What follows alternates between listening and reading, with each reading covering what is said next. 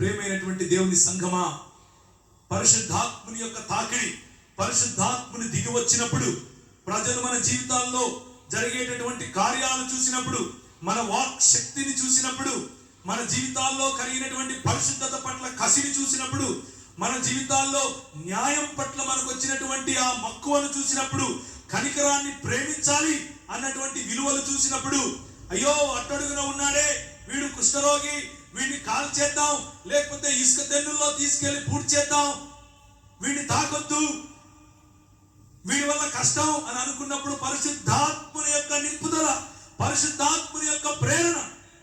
ఒక William Carey గారికి వాడిని హత్తుకోమని చెప్పింది, ఒక గ్రాహం స్టెయిన్స్ గారికి వాడిని ఎత్తుకొని ఇంటికి వెళ్ళమని చెప్పింది, తీసుకుని వెళ్ళారు. పరిశుద్ధాత్ముని యొక్క శక్తి కుష్ఠరోగాన్ని సైతం జయించగలదు. కేవలము చేయి ఉంచి ప్రార్థించడమే కాదు, చేత్తో అన్నం పెట్టగలదు, వాడి పుండ్లను తుడవగలదు, వాడి కట్లు కట్టగలదు. ప్రజలు చూసి అనుకుంటారు వీడు తాగొచ్చాడు అనుకుంటారు, బుద్ధి లేదు వీడికి అనుకుంటారు. ఏం చదువుకున్నాడు, ఏం చేస్తున్నాడు, ఎక్కడుండాలి, ఎక్కడికి వచ్చాడు, వారికి అర్థం కాదు. లోకానికి ఈ విలువలు అర్థం కావు.